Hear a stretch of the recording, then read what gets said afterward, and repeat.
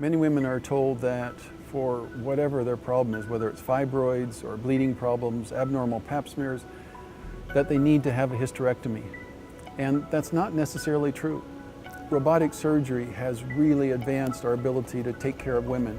It's really opened up a whole new area in medicine so that we can remove fibroids and do that with a robot through very small incisions, which allows for a very fast recovery.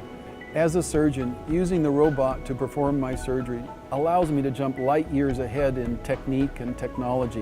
What I'm able to do now, just using my fingers and my wrists, allows me much more precision, much more strength, finesse, dexterity to perform the same surgeries that I used to do through a big incision.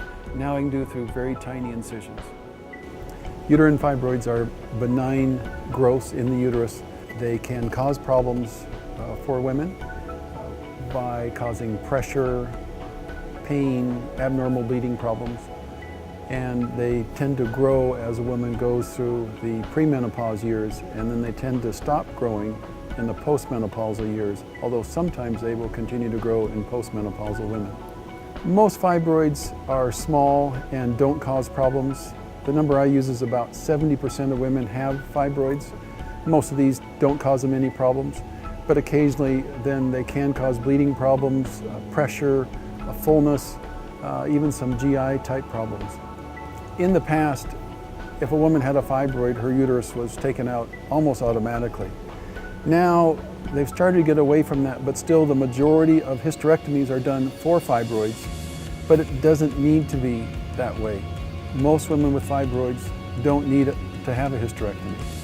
I think that when a patient goes to a doctor and has fibroid problems, she needs to get the full picture. And that full picture is that maybe hysterectomy is the best thing, but it's also important for the patient to know that they can remove just the fibroid. And that's where the robot comes in. It really makes this much easier to do. It allows the patient to have a fast recovery. Fibroids can be removed by something called selective embolization or uterine artery embolization. In the case that a woman is not a candidate for a selective embolization or for her own reasons desire a myomectomy or a hysterectomy, then the robotic equipment is by far the most outstanding and best way for a woman to proceed with this surgery. Women will find that if they have fibroids and they need to be removed, that the benefits of robotic surgery are tremendous.